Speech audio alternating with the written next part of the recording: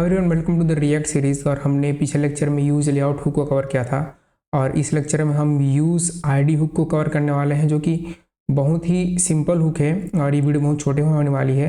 ठीक है, तो यूज़ आईडी हुक क्या होता है, जिससे आप यूनिक आईडी जनरेट कर सकते हैं। ठीक है, रिएक्ट ने जो है यूज़ आईडी हुक दिया है, जिससे आप जो है यूनिक आईडी जनरेट कर सकते हैं। जब आप लिस्ट को मैप करते हैं तब आपको एक यूनिक आईडी की ज़रूरत होती है। तो उस समय आप अगर चाहें तो यू आई डी इंस्टॉल कर सकते हैं या फिर रिएक्ट का inbuilt use I D hook भी यूज कर सकते हैं। तो देखिए हम यूज़ आई डी हुक को कैसे यूज करेंगे। बहुत सिंपल सा जो है ये हुक है। तो यहाँ मैं क्या करूँगा, यहाँ जैसे अब तक मैं एक फोल्डर बनाते आया हूँ, तो यहाँ भी एक फोल्डर बना लूँगा। तो यहाँ पर जो है मैं यूज़ आई डी नाम से इस तरह से एक फोल्डर बना लिया और इसमें भी करूँगा इंडेक्स डॉट आपका JSX और RAFCE।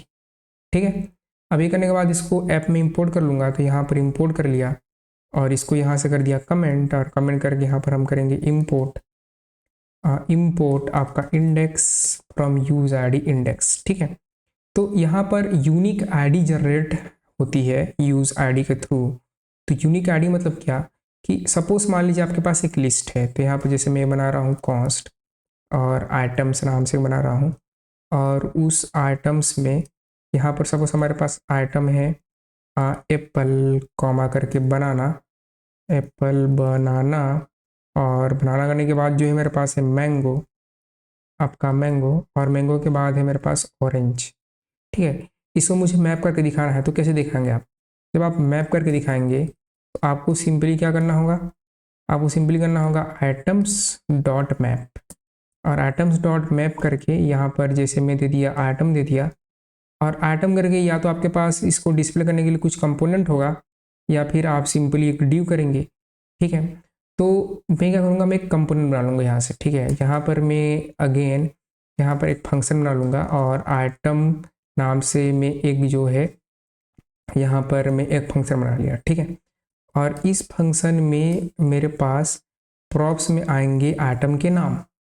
ठीक है, प्रॉप्स में मेरे पास आइटम के नाम आएंगे और उन नाम को मैं यहाँ पर शो करूँगा। ठीक है, तो यहाँ पर जब मैं शो करूँगा तो मुझे रिटर्न करना होगा, और रिटर्न ड्यू में यहाँ पर मैं स्पेन लगा कर क्या शो करूँगा, यहाँ पर नेम को शो करूँगा, और नेम के साथ साथ जो है मैं आईडी को शो करूँगा। अभी के लिए तो मैंने नेम को शो कर दिया। अब देखिए क्या होगा, तो यहाँ अगर मैं आइटम को कॉल किया, ठीक है, और आइटम में आप आइटम भी पास कर सकते हैं, और यहाँ पर मैं नेम नाम का प्रॉप दिया और नेम में आइटम दे दिया।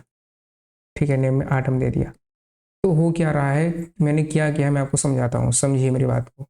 देखिए यहाँ से कहानी शुरू हुई है इंडेक्स से। इंडेक्स नाम से कंपोनेंट आया जिसमें कि हमारे पास आइटम्स थे। ठीक है, कन्फ्यूज़न ना हो इसके लिए मैं इसका नाम डेटा कर देता हूँ। ठीक है, इसको चेंज करके डेटा कर देता हूँ। मेरे पास डेटा था।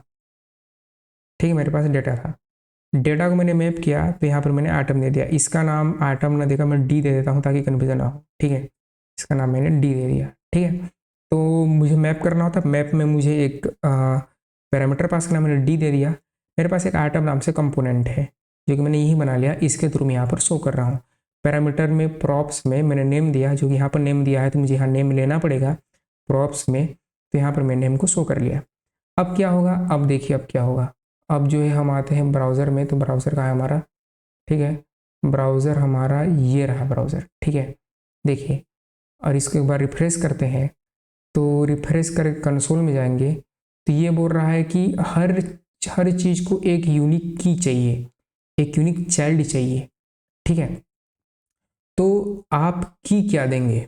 ठीक है, आप की क्या देने वाले हैं यहाँ पर देखिए की, ये जो की है इसी की के लिए हम क्या बनाते हैं, यूनिक आईडी चाहिए हमें। या तो आप यू आईडी यूज करो या फिर जो है आप यूज आईडी हुक यूज कर लो। तो यहाँ पर मैं यूज करूँगा यूज आईडी हुक का। तो यहाँ पर आप क्या करो, आप यहाँ यूज आईडी लिखिए, यहाँ कॉस्ट और आईडी इक्वल टू, आप सिंपल यूज आईडी हुक को इंपोर्ट करो, एंटर करोगे इंपोर्ट हो जाएगा इस तरह से। ठीक है, ये कर लिया आपने। अब ये करने के बाद जो है आप यहाँ पर क्या करें, आप यहाँ पर आपने नेम दिया, तो यहाँ पर जैसे मैं नेम इक्वल टू नेम दे दिया, और नेम करने के बाद जो है यहाँ स्पेस, और स्पेस देने के बाद जो है मैं यहाँ पर आईडी को भी दिखाना चाहता हूँ। तो देखिए हर चीज़ के लिए एक यूनिक आईडी आएगी, यूनिक आईडी वो जनरेट करेगी। तो यहाँ पर एक और जो है यहाँ आईडी और आईडी कॉलन, यहाँ पर मैं करूँगा आपका आईडी, ठीक है।